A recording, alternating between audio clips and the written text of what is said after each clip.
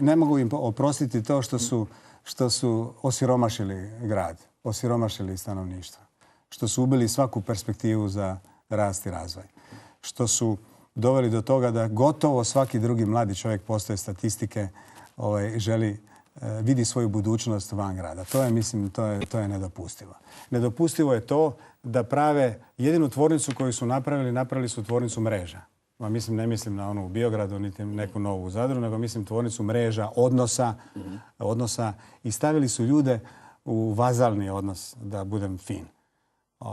Mislim, negdje elemenata ima i ropskog odnosa, jer građanin koji je stavljen u ulogu da slijepo slijedi ono što mu se kaže i da misli da mu je netko dao život, mislim, to nije demokracija, to nije nešto što možemo ponuditi mladim ljudima. Prema tome, to osiromašenje materijalno, duhovno i taj vazalski odnos prema ljudima, to im ne mogu oprostiti.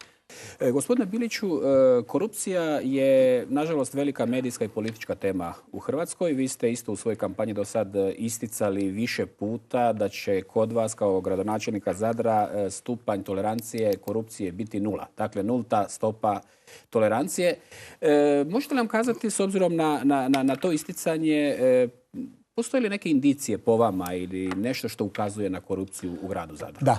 Da, o ovoj temi bismo mogli razgovarati do sutra. A s obzirom da rekli ste mi da je ograničeno vrijeme, nemamo baš toliko vremena. A imamo još pitanja, da. Ali ima još pitanja, ja bih htio skratiti, ali evo, pokušat ću samo reći o čemu se radi. Prvo, svaki naš Zadranin zna da je u Zadru velika povezanost privatnog i javnog. To ne smije biti. To je jednostavno treba napraviti rez između javnog interesa, a to je gradski interes, to je interes građana, i privatnog interesa privatnih partnera koji rade sa gradom. Dakle, to mora biti kineski zid između tih da bi bili fer i pošteni odnosi. Ako je to umreženo, ako je to isprepleteno, stradali smo. To je broj 1. Broj 2. Građani također znaju da su mnogi koji su u gradskoj upravi bili ili jesu, imaju svoje privatne firme. To je nedopustivo. Jer uvijek kad imate interes,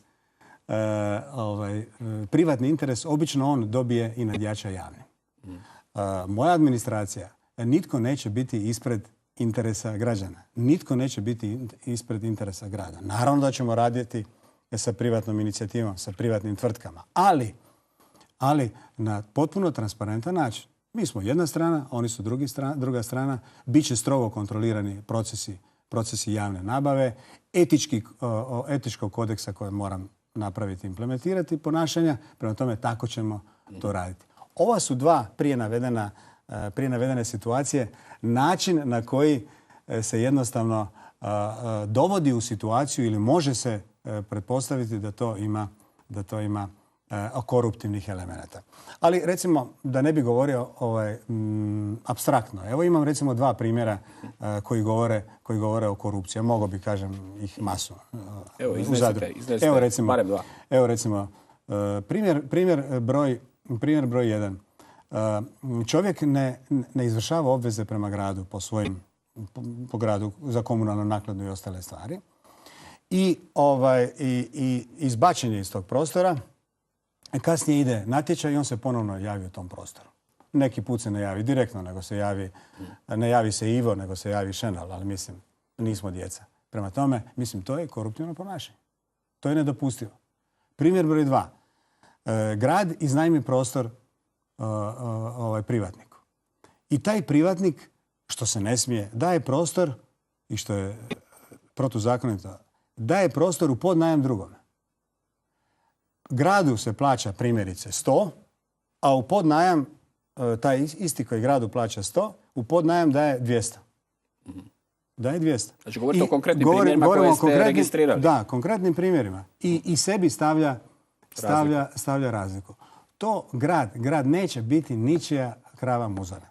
Grad će zaštititi svoj interes. Znaćemo kakvi su odnosi, tko je unutra. Takvih slučajeva neće biti. Prema tome, to su situacije koje su jednostavno nedopustive u jednom modernom i europskom gradu. Zvoni me ušima, malo prije ste spomenuli, ne znam da li samo onako ilustrativno ili stvarno, gospodarsku zonu Kalelarga. Je li to stvarno nešto što najavljujete kao osnivanje ili je to bila samo nekakva simbolička ilustracija? Nije. Mislim, to je naziv, ali šta stoji iza toga? Što sadržajno, na što mislite kad kažete gospodarska zona Kalelarga? Grad Poluotok je mrtav. Poluotok živi subotom od 10 do podne i živi ljeti. On nema ekonomskih sadržaja i nema valorizacije fantastične povijesne i kulturne baštine koju Zadar ima. Ja želim nekoliko stvari napraviti. Dakle, povezati kulturnu povijesnu baštinu sa malim i srednjim poduzetništvom. Drugo, afirmirati poduzetništvo na ulicama i prostorima grada. Imam ideja, razgovaram s nekim arhitektima, kako bi grad omogućio da se i zimi ide na kavu na ulice grada, a ne daj Bože, mislim da ne spominjem sad neki trgovinski centar gdje sad idemo na kavu, što je mislim blamaža, što je strašno. No najvažnije je u sklopu toga dodatno još i riva. Rivu ćemo rješavati međunarodnim natječajem, dovesti sadržaje koji su vezani za sveučilište, prvenstveno kongresni, hotelski. Mi danas imamo mrtvu također rivu, jedan dio. Znate, imamo sveučilište, fantastično. I imamo onu zgradu bivšeg hotela Zagreb. Vlasnik ne zna što će s time. Mi to moramo staviti u funkciju. Mi moramo tamo napraviti kongresni centar, moramo napraviti hotelski sadržaj i povezati sveučilište sa turizmom i afirmirati taj fantastičan prostor koji je nažalost sa bombardiranjem engleskim uništen. Dakle, zaključujem, vratiti život gradu,